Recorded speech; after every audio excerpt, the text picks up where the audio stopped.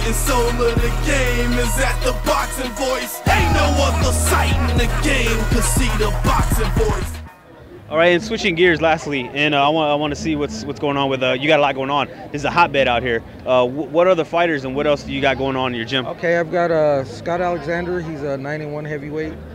I've got Joshua Conley, another prospect I have with Al Heyman. I'm super excited about this kid. He's 11-0, 154-pound prospect. He's a badass. He's a bad motherfucker.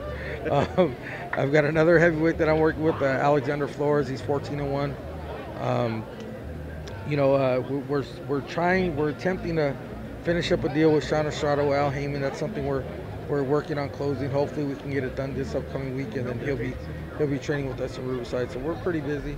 I've got two really good amateurs. Oscar Torres, who's a kid, another Mexican heavyweight, super talented, that I'm going to turn pro at the beginning of next year. And then I got another kid, Louis Lopez, who's a 147-pound prospect, a very solid amateur who gets it there, mixes it up real good with the pros. You know, looking forward to turning him pro sometime next year also. Well, yeah, you sound like you got your hands full. It's a good thing as a trainer. Do any of those guys have anything coming up? I mean, is any of those guys you want to like kind of talk about, have something in the near future? The Joshua Conley kid, he is there's talks that he may fight Daquan Arnett. He's another kid with Al Heyman too. So that's a real possibility. We're looking at 254-pound prospects fighting, but we're just waiting on a date. It looks like it could happen in July. Areola looks like he could be back in July, so you know we'll be pretty busy.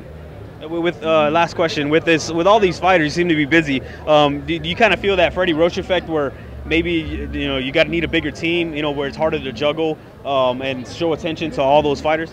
No, because not every one of those guys is at a 12-round level yet. You know what I mean? So I think it's a little less burden. It's not very hard. You know, with him, he's got 12-round fighters, that were fighting every other week, and I know that can be a little more difficult. Some of these kids are 6- and 8-round guys still. So, but once we do get to that point, obviously each one's going to demand their own attention, their own time.